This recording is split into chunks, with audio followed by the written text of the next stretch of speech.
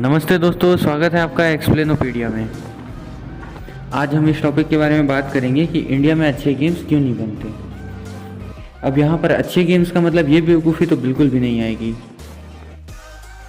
अच्छे गेम्स वो होते हैं जिनमें एक बढ़िया ग्राफिक्स हो, अच्छी स्टोरी लाइन हो और जो बिल्कुल आपको सोचने पे मजबूर कर दे।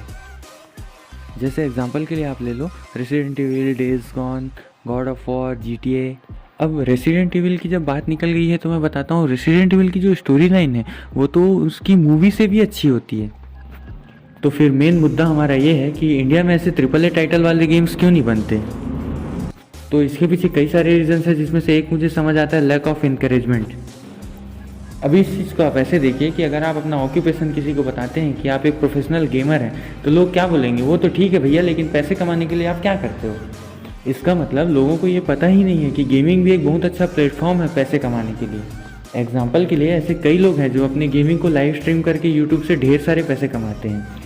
और भी ऐसे कई बड़े बड़े प्लेटफॉर्म्स हैं जहाँ लोग जाते हैं, गेम्स खेलते हैं और पैसे कमाते हैं। अब देखिए, यहाँ मैं ये बोल रहा हूँ कि गेम खेलना 100% सही है, ऐसा नहीं है। हर सिक्के के दो पहलू होते हैं। अगर आप अपनी जिम्मेदारियों पे ध्यान नहीं दे रहे हैं और सिर्फ गेम ही खेल रहे हैं तो वो भी गलत है।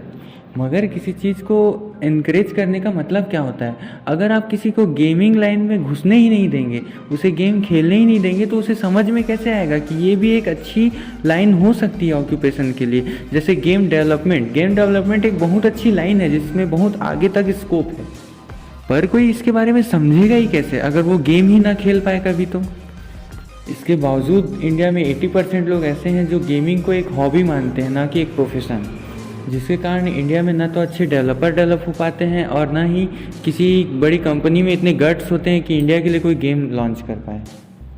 अब इस चीज़ को आप ऐसे देख लो, मान लो आप एक 16-17 साल के लड़के हैं। अब आप अपने पेरेंट्स के पास जाते हैं और उन्हें कहते हैं या तो वो आपको 50,000 का एक गेमिंग कंसोल दिला दें या फिर एक लैपटॉप दिला दें। तो वो आपको लैपटॉप दिलाएंगे, क्योंकि उनको ऐसा लगता है गेमिंग कंसोल सिर्फ गेम खेलने के लिए होता है और लैपटॉप में आप पढ़ भी लेंगे, जबकि लैपटॉप में आप क्या क्या करते हैं वो आप ही जानते हैं। अब हम अपने अगले टॉपिक पे आ जाते हैं, जो कि है प्राइसिंग का। अब इंडिया में जो गेमिंग कंसोल है, अच्छे गेमिंग कंसोल, वो आते हैं 50,000 से 60,000 के बीच में।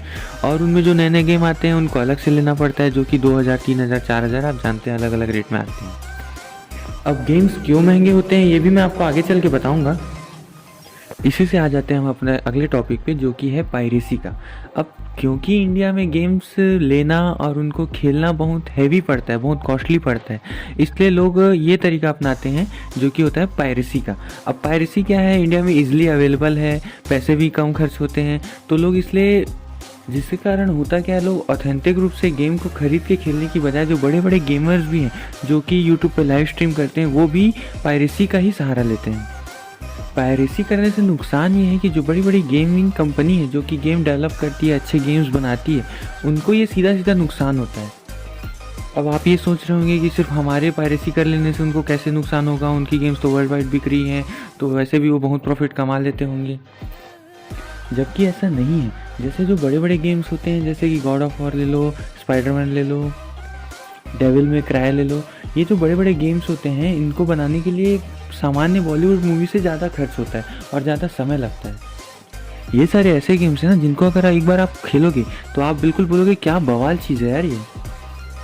अब ऐसा भी बिल्कुल नहीं है कि जो $1 बिलियन की गेमिंग इंडस्ट्री है उसमें इंडिया का बिल्कुल भी कंट्रीब्यूशन नहीं है, क्योंकि कई ऐसे गेम्स हैं जिनमें इंडियन माइथोलॉजी को बेस किया जाता है या फिर कुछ रेफरेंसेस दिए जाते हैं। तो रेफरेंसेस देने का कारण ये है कि वो लोग जानते हैं कि एक मेजर ऑडियंस जो है, मेजर गेमर्स जो हैं वो इंडियन है, तो उनको अट्रैक्ट करने के लिए ही गेम में वो रेफरेंसेस दिए जाते हैं। तो इससे ये मतलब निकल के आता है कि जो बड़े बड़े स्टूडियोज़ हैं, जैसे सेंटा मोनिका हो गया, UBI सॉफ्ट हो गया, इनको इस चीज़ का एहसास है कि इंडिया का भी एक अच्छा खासा कंट्रीब्यूशन गेमिंग इंडस्ट्री में है। लेकिन इसके बाद भी जो इंडियन स्टूडियोज़ हैं वो क्यों इस लाइन में आगे नहीं बढ़ पा रहे हैं। इसी से आ जाते हैं हम अपने अगले पॉइंट पे, जो कि है पेशेंस और डेडिकेशन। तो जैसा कि मैं बता रहा था, एक अच्छे गेम को बनने के लिए कम से कम 1 साल या उससे ज़्यादा का समय भी लग सकता है। तो जो बड़ी बड़ी कंपनी है, स्टूडियोज़ हैं, वो अपने गेम्स को बनाने के लिए बहुत पेशेंस से काम लेती है। जितना समय उनको लगना है वो लगना है, पैसे भले ना आए, लेकिन हमको गेम अच्छा बनाना है।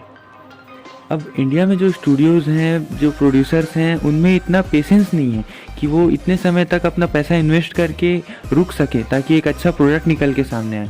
उनको तो जल्दी जल्दी अपने पैसे डबल करने हैं, इसलिए वो लोग मोबाइल गेम्स पे ज़्यादा कंसंट्रेट करते हैं। मोबाइल गेम्स में होता क्या है, बनाने में महीने भर या तो एक हफ्ते का समय लगता है और जल्दी जल्दी बना दो, बीच में 2-4 एडवर्टाइजमेंट डाल दो और एडवर्टाइजमेंट के थ्रू पैसे कमा लो।